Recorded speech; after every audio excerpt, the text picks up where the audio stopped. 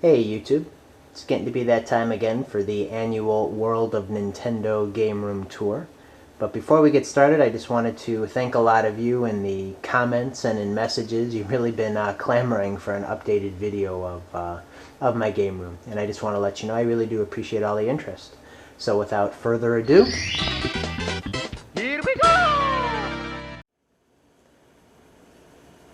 So starting over here in this corner, you still have the framed Super Mario Galaxy 2 poster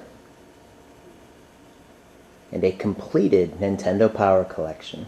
I didn't foresee that last year, that Nintendo Power would cease publication, but we all know that it has, and just in time too, at least for my sake, because I gotta tell you, I couldn't have asked for a more perfect fit for every single issue of Nintendo Power on those two shelves right there. So for 2013, the Nintendo Power Collection is complete. And on top, just like last year, you have the two collector's versions of Monopoly and New Super Mario Bros. Wii Puzzle, along with this plush Koopa shell, which is really pretty cool. It's cool because it has two settings on it. It has a manual setting where if you push this button in the front,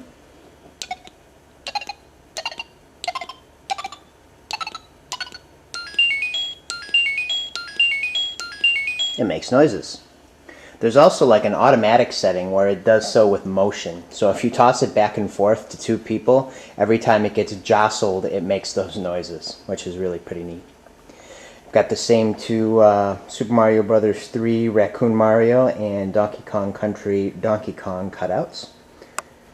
And up top here on the shelf, got the Nintendo Seal of Quality, the original version. And then the figures from Nintendo World Store. And I didn't get these when I went there this year. Instead, a friend got them for me several years ago. I think it was around 2000, I don't know, 2007 maybe.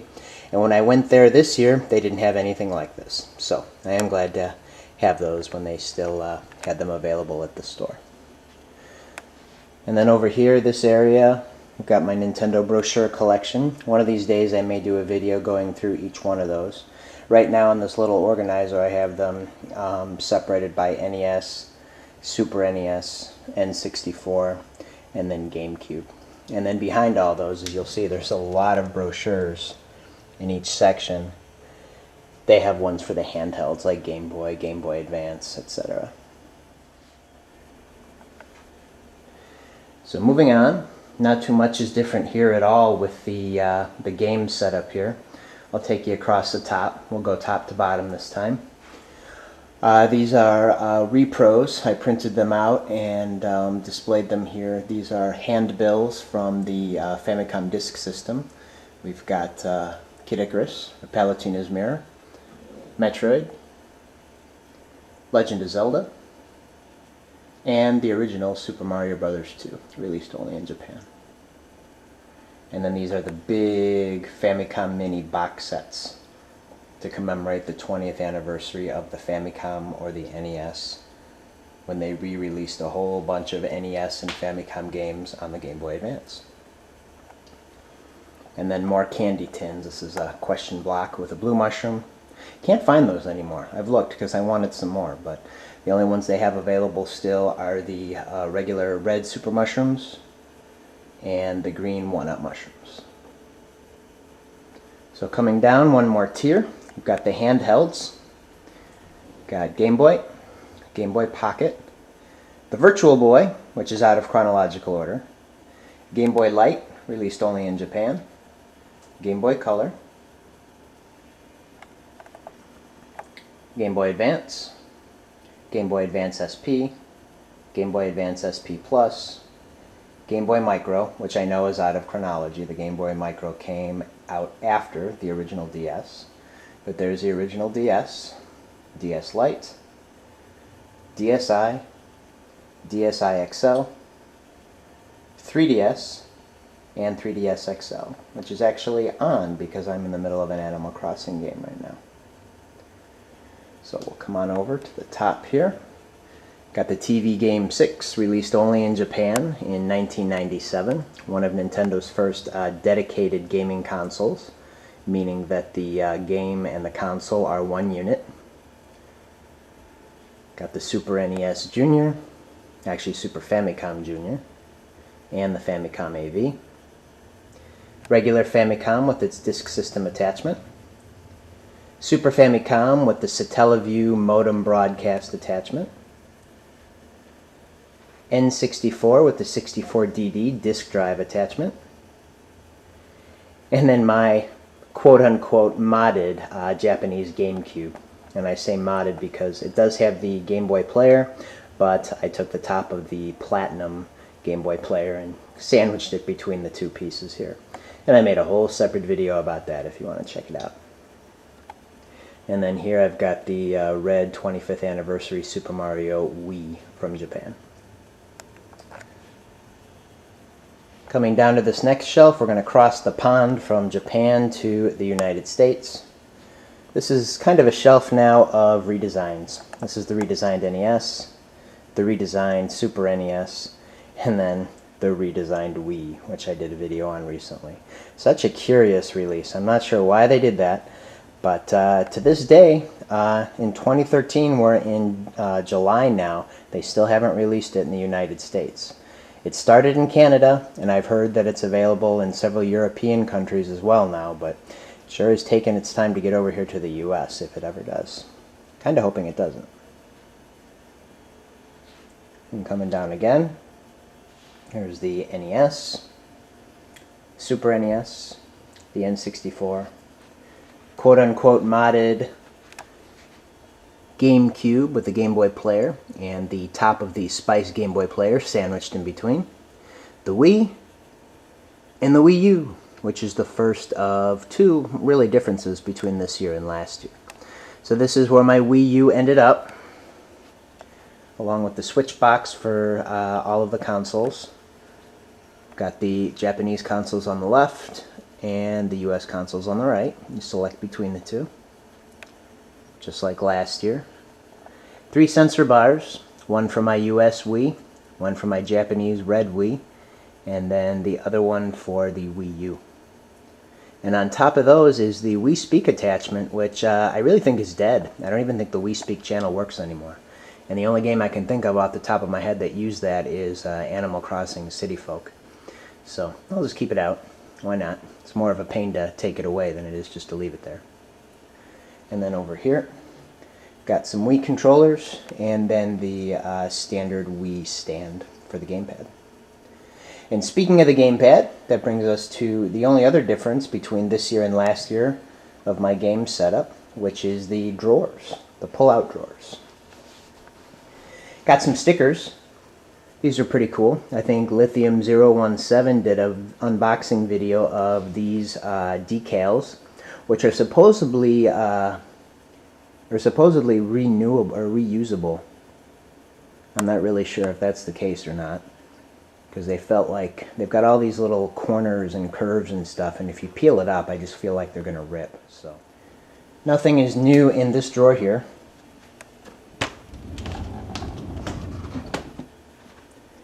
Got all the controllers. My modded Famicom controller on the left there. Regular US NES controller. Super Famicom controller. Super NES controller. Famicom AV controller. NES2 controller. Super Famicom Junior controller. Super NES 2 controller.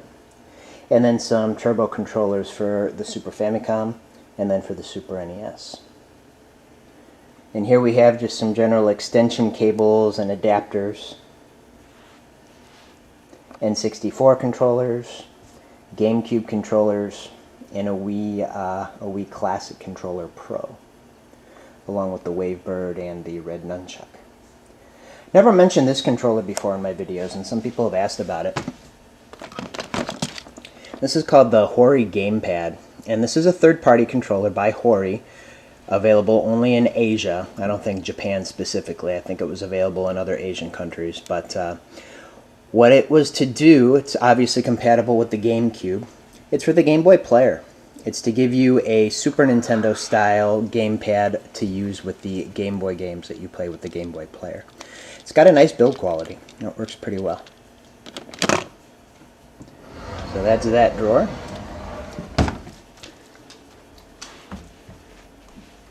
Next drawer. Got a couple new things in here since last time. The Wii Zapper has been in here for a while, but underneath it, in addition to my eShop credit here, we've got the Nintendo 64 keyboard, which was for use with the N64 DD disk drive add-on. And I have it in the box here mainly because since you can't connect the 64 DD anymore, it's pretty much useless. But I do have it. It goes along with the N64 DD attachment. And this is my regular Wii controller and its holster for playing games that require the use of the remote on its side. Donkey Kong bongos beneath. Dance pad, if I didn't mention that, for Dance Dance Revolution Mario Mix. Rob the Robot.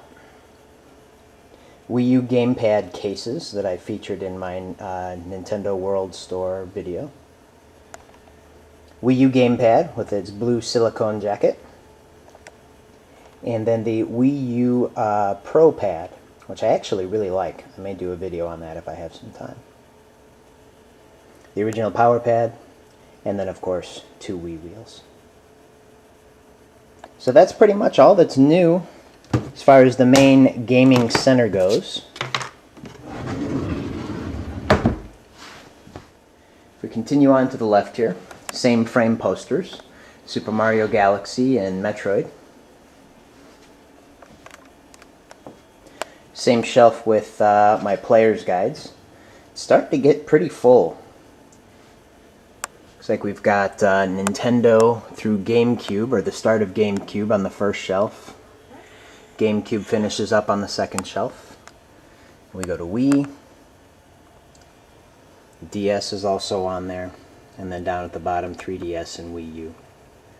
And my binder full of Animal Crossing e-reader cards, which is going to have to find a new home as I get more player's guides. This particular setup right here has changed throughout the years. Some people have asked me about it, and especially now that you've seen the little intro montage to this video, a lot of you have probably noticed that the Super Nintendo display is gone. And no, I didn't get rid of it. I still have it. But the monitor on it is really starting to go. The image works, but it's really dark. And when you turn the thing on, it makes a loud buzzing noise. So I have it in storage right now. And plus, in order to make room for all of the consoles that I've acquired throughout the years, I needed to clear off this shelf right here of my tuner. So it made sense to put the tuner where the Super Nintendo Store display once was. This tuner, you may not notice, but it's different. The one that I commented on, I think it was 2 videos ago, that was going on 20 years old, finally died. So I did have to get a new tuner. And that's it. It's a Denon. And my other tuner was compatible with surround sound. I just never hooked it up. This one's compatible with surround sound, and I finally did hook it up. So over here under the speaker, or under the TV, is the center speaker for the surround sound. And of course the 2 front channel speakers you've seen already. Once we get to that portion of the room, I'll show you the rear ones. This shelf may have a little bit of a different configuration. This is one of the Nintendo Club prizes, the figurine with several Mario characters. A sticker from the Nintendo World Store that my friend got me when he went several years ago. And these energy drinks, a Mario one and a Donkey Kong one. My friend got me at the Nintendo World Store. And those they still actually had there when I went this year. Soundtracks down on this shelf. I'll pan across those slowly. Most of them are imports because game soundtracks are typically more popular in Japan than they are in the United States. This set right here is unique. This goes along with the Famicom Mini set to commemorate the 20th anniversary of the Famicom. There is a soundtrack for each of the 30 games released in that Game Boy Advance set. So these are mini CDs that have the soundtrack for each of those 30 games. Next shelf down, these are supplements from Nintendo Power, at least when Future US was publishing it, along with several other brochures and things for Nintendo systems. It says Nintendo Winter 2002, Nintendo Summer 2003, just a catalog of system and games. Nintendo Club Prize, the multicolored straps for the Wii controllers. DVD sets of the Super Mario Bros. Super Show and the Adventures of Super Mario Bros. 3. Nintendo Power promo VHS tapes, along with the water from the Wii U experience in Chicago. Alright, continuing on to the left, we have the window, which is very exciting. And this piece of furniture, which you may remember from past game room tours, it was on the opposite side of the room. And you'll see towards the end of the video why I've moved this piece. But it fits perfectly here under the window. And I really wish I could use the top to put things, because you know I've got plenty of things I could put on there. But the puppies like to use that piece of furniture as kind of a lookout tower. They like to look for squirrels in the trees. Can't say that too loud or they'll jump up there. But having this piece of furniture here kind of inspired, I don't know, a big change for this room. I've decided to go Japanese style. No more futon. The futon was fine. The thing I didn't like about it is that the side rails for your arms, they were uncomfortable, they weren't padded, and believe it or not, I'm pretty short, but my head and feet usually bumped the side panels or the side rails on the futon. So I just took the futon mattress and put it on the floor. And I actually really like this setup. It kind of opens up the room. The dogs cuddle with me. And I call this little area the command center here because I have my iPad. I've got my little bin with the controllers for everything, the TV, the tuner, the DVD player, etc. And then in the drawers here, I'll take you into those. I've got some things that I don't really use too often, so it opened up for more storage. Including for the Virtual Boy here. I don't think there's anything that has a more perfect fit anywhere in the world than that Virtual Boy Blockbuster case in that little compartment right there. So, let's take a look at what's in some of these drawers, although I promise you it's not all that exciting. First drawer, this is basically just stuff that I use when I'm cleaning games or taking things apart or making repairs. I've got some extra Game Boy game cases, extra 72-pin adapter for the NES, a foam block insert for NES games, along with some dust sleeves for NES games. I've also got the plastic insert tray, a few of those for Game Boy and Game Boy Color. Actually, I think Game Boy Color games were all cardboard, so those really go only with Game Boy games. An extra Super Famicom controller plug, a Famicom AC adapter, an NES AC adapter, the screwdrivers and game bits that I use to take things apart, some extra DS cases, and a Game Boy. Actually, this is a DS case. And then beneath the DS case is, whoa, a lot of composite AV cables along with an RF switch. And I'll explain later on in this video why I'm not using those anymore.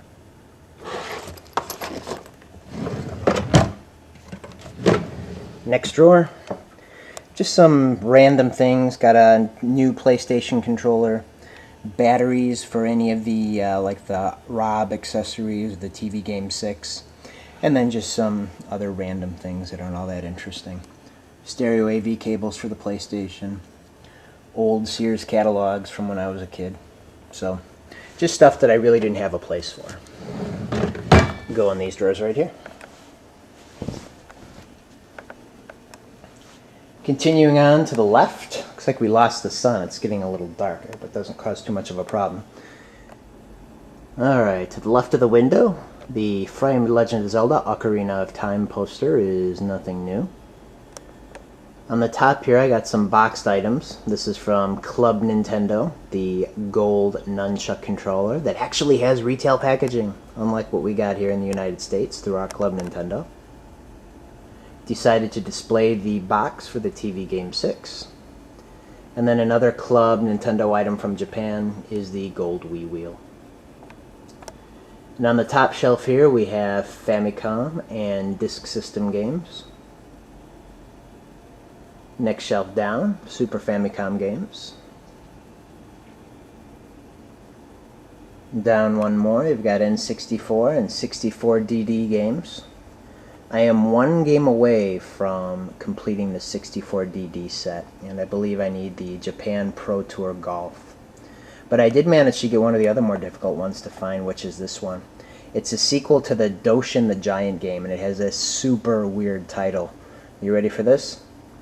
Doshin the Giant, Rescue from the Front by the Toddlers that Tinkle at the Large Meeting Hall. So, yeah, no clue. Continue down. Got some Wii games released only in Japan from the new Play Control series, along with Super Mario All-Stars, or Super Mario Collection. Got freshly picked Tingle's Rosy Rupee Land, my PAL import. Slide Adventure Mag Kid, Donkey Konga 3, and the Game Boy Player disc from Japan. Got the 30 Famicom mini games here, along with some Game Boy Advance and one Game Boy Color game. Got F-Zero Climax, Rhythm Heaven, and then Donkey Kong Country 2 for the Game Boy Color. Donkey Kong Country was released in the United States for the Game Boy Color. It was reissued.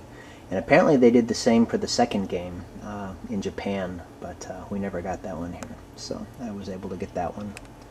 And then, of course, the Super Game Boy 2 for the Super Famicom. Continuing on to the left, we find ourselves in the corner, and the first of my rear speakers for my surround sound. The Nintendo Club Prize, which was the pin set. And then Super Mario Chess. And of course you'll see him hiding back there. There's my Donkey Kong keychain pull from the Nintendo World Store. And those of you with really astute observation skills may have noticed that the lamp has changed from a cherry color to a black color. I did repurchase these lamps. They're from Target. And I went for black this time instead of the original cherry color that you may have seen in my other collection videos. And I'll explain why that is later on. But moving further to the left, that brings us to the game wall with framed posters. 3DS game shelf, which has grown considerably. Not compared to some other collections I've seen, but those are the first party Nintendo releases that I've wanted. Legend of Zelda Skyward Sword display. And then a display of my Game & Watch, which is Donkey Kong, Super Mario Brothers, and Zelda. Although you can't see it very well from this angle, in its box is Game & Watch Ball, which was the reproduction that Club Nintendo issued as a prize. Moving along, the handheld shelves. Game Boy, Virtual Boy, Game Boy Advance, Game Boy Color, Nintendo DS. And again, I'm not going to go through absolutely every game that I have because, honestly, I really don't care to watch videos where people are doing that. So, if you'd like to know exactly what I have in my collection, I've updated my backloggery page specifically for this video, and you can take a look at it at the address that you see on the screen here. So the Wii and the Wii U games. Looking forward to Pikmin coming out very soon, in a few days here. Pikmin 3, that is. So Wii games, with the Mario 25th anniversary display that I still have up. Gamecube games, with the box for the Club Nintendo prize from a couple years ago, just to fill things out, along with a Mario bobblehead, and he's holding a little GameCube and controller that you can see there. And the N64 collection. Nothing's changed.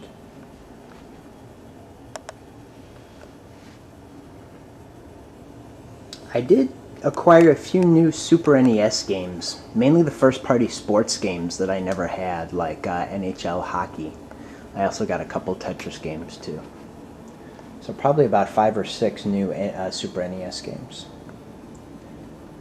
And since I have every first-party Nintendo release for the NES, my NES collection is just about the same. No changes. So that's the game wall. Nothing new here.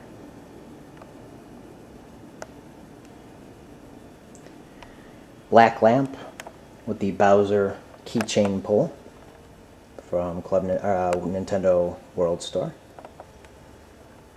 Plush Goomba with a tin in the shape of an NES controller. It says Nintendo Power Mints. My friend got me this when he went to the Nintendo World Store years ago, and they still had these, which I found was kind of interesting, given that at the time Nintendo was still publishing Nintendo Power. Now Nintendo is no longer publishing Nintendo Power, and future US is no longer publishing Nintendo Power. Yet they're still selling those at the Nintendo World Store. Moving down a shelf, Donkey Kong Jenga, and the Legend of Zelda Hyrule Historia book. I did a review for the standard edition, which is the green one on the right. I also got the limited edition, which is on the left here. I still have it sealed because it's the exact same book, except it's in a different cover.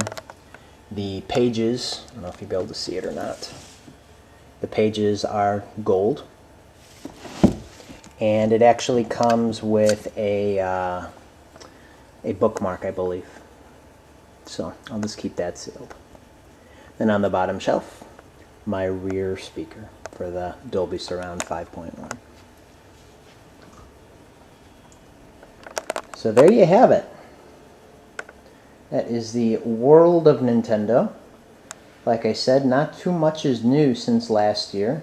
In regards to Nintendo, that is. Over the past year, I've started up with grad school again. I have a new car payment, and I had to pare down my collecting a bit. So I've done so, like I said, by focusing only on first-party Nintendo releases. And as soon as I did that, Nintendo started publishing a whole bunch of games for the Wii U. Really cool games like the Lego game and that wonderful 101, I think it's called. But since they're not first-party Nintendo franchises, I really need to save my money and not spend so much. So, even though Nintendo is starting to publish a lot of games for the Wii U that aren't necessarily first-party franchises, I'm going to stay away because I need to save my money. But what I was able to do, saving all that money and collecting, was kind of beef up other areas of my collection that are non-Nintendo related. So on this particular wall here, you may remember I used to have that piece of furniture that's now under the window on the opposite side of the room. And believe it or not, it's the same piece of furniture as these right here, just in a different color. And I had to buy a different color because, well, when you buy your furniture years apart, Target or wherever you buy it may not have the same color or even the same model. So I had to buy black, which isn't a problem. But that is the reason why I swapped out the lamps as well. The black for the original cherry color that I had in previous videos. But anyway, I needed to buy 2 of these to accommodate the expanded PlayStation, PlayStation 3, and Sega Genesis collection, as well as a new TV. That's right, I finally got a CRT TV up here to play not only my Sega Genesis and PlayStation games on, but every single Nintendo system that outputs S-video, I also have hooked up to this TV as well as my flat panel TV. But taking a look at this area of the collection, I got this sign from a vendor online. He does very high quality work. Any type of sign that you want, sports, music, video games, really nice high quality logo signs. For PlayStation, got my PS1 with the LCD screen, the original PlayStation, and the PlayStation 3. And this here is my Okami collection. I love Okami, not just because it's a great Legend of Zelda style game, but because it is all things Japanese culture. I'm a big fan of Japanese culture. I enjoy independently studying the language, so the combination of those two things in Okami made it the perfect game for me. And one of these days I will do a video detailing some of the items in my Okami collection. But anyway, this is the PlayStation side of the collection here, for the most part. It's got the system and my PS3 games as well as my PS1 games. It's also got one of the two stereo speakers hooked up to this TV, because it doesn't make much sense to be facing this TV and playing a game and having all of the audio coming from your left-hand side from the speaker system for my main setup. So instead of installing the two pull-out drawers for each of the cabinets here, I installed only one, the ones in the middle, and then I left the other one uninstalled, and as luck would have it, the speakers fit absolutely perfectly. So that brings us to the other side here, which is the Genesis side. I mentioned that all the systems are hooked up to this TV via S-Video, including the Genesis, because my friend who's an electronic engineer was able to mod my Genesis to output S-Video, and the signal looks great on this CRT TV. So then down here on this side, got my Genesis games along with my Sega CD games, and they kind of continue on to the other side. And in the drawers, as it would make sense, got Genesis controllers in this one, and then over on the other side, PlayStation controllers in this one. And like I said, I have all my Nintendo systems that output S-Video hooked up not only to this TV here, my flat panel, and they look okay, but as I've said before, a composite video signal doesn't look great on those TVs. But the cool thing is that the switch boxes I use not only output composite video, but S-Video. So those big purple plugs you see there, those are S-Video. And those are running out and down along here and outputting to this TV. And I have them plugged in via this switch box. I've got PlayStation, Sega Genesis, and then the Sega Genesis 2. And you may ask, where's the Nintendo? Well, Nintendo, every time I want to play S-Video, the cord is down here, and just the way this TV works, all I do is take out the S-Video cord and plug it into the side of the TV like that. And then every single Nintendo system that outputs S-Video, you can also play on this TV. And we'll take a look at that now with the Super NES game.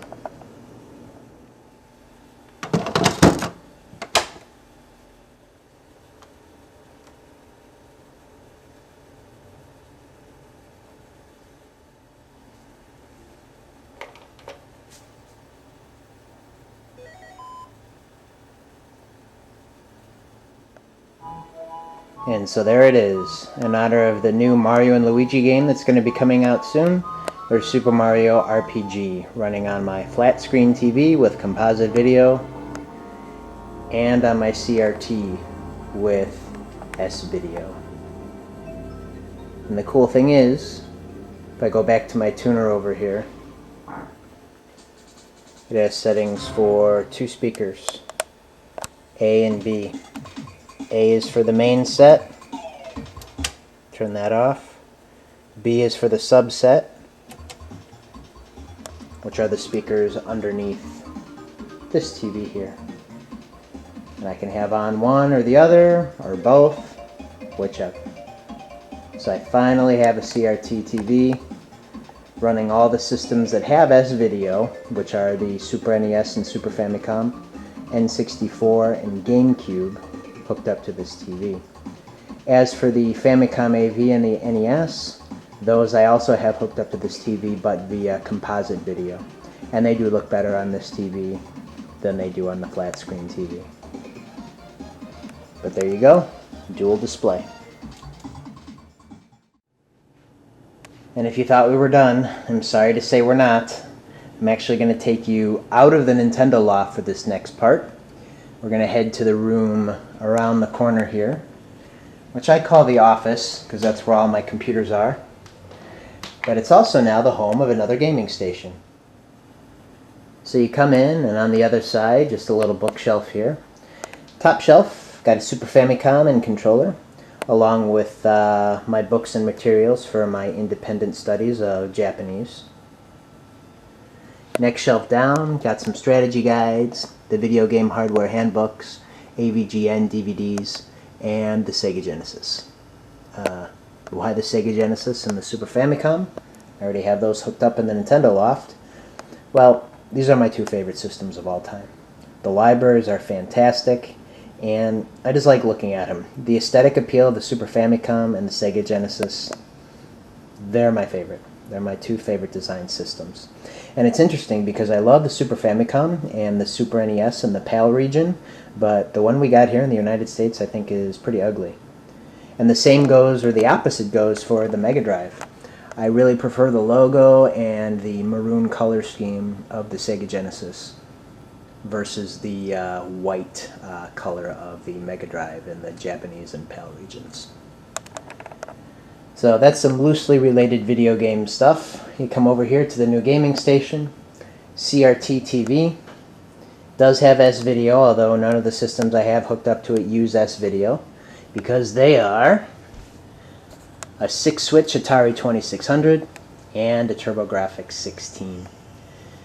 My friend said that his grandparents were cleaning out their basement and they had an old Atari. He asked me if I wanted it. I said sure. Don't have any room in the Nintendo Loft, but doesn't mean I can't set up a new gaming station elsewhere. So that's what I did. Also this year I came across a TurboGrafx 16 and a Turbo Express Portable for a really good price. So I picked those up and added them to this gaming station. So those are there. If you're not aware, the TurboGrafx 16's Turbo Express Portable, it's like a Game Boy, except it's monolithically huge. And it actually plays the exact same TurboGrafx games. This is one of the only consoles I can think of where the games are compatible. The exact same games are compatible with a portable system. And then the tuner, which is hooked up to the speakers that I have. One there, one on the other side. And then in the cabinets here, the Atari 2600 games and controllers. And then on this side, the TurboGrafx 16 games and accessories. And then coming around up top here, a Sega Genesis poster that I've always wanted to have framed. This is one of the launch ones, as you can see, with Altered Beast, and some of the launch titles that were scheduled. And I've always wanted to have this poster on the wall somewhere, but just didn't have the room until now. Another point of interest in this room may actually be the closet over here, because I keep most, or actually all of my game and system boxes in this closet. As much as I'd like the loft to be able to accommodate the entire collection, boxes and all, unfortunately it just isn't big enough. So I have to have a place to keep the boxes, and this closet seems to suit the bill. So right in the middle, there's the Rock Band drums, of course. We'll start at the bottom and I'll bring you around. On the floor here I've got an extra Japanese red 25th Super Mario Edition Wii. And back behind there is the shipping box for the 64DD, Super Famicom Jr., Super Famicom, Famicom and Disk System, Satellaview, N64, Gamecube, Famicom AV, and the Game Boy players. So those are most of the import boxes there. My handheld boxes here, Game Boy through 3DS, both domestic and import. On the top here are the shipping boxes for the Famicom Mini Collection, as well as some extra Wii and DS games, and a white GameCube controller. Then we come up to the top here, my NES system boxes, Super NES,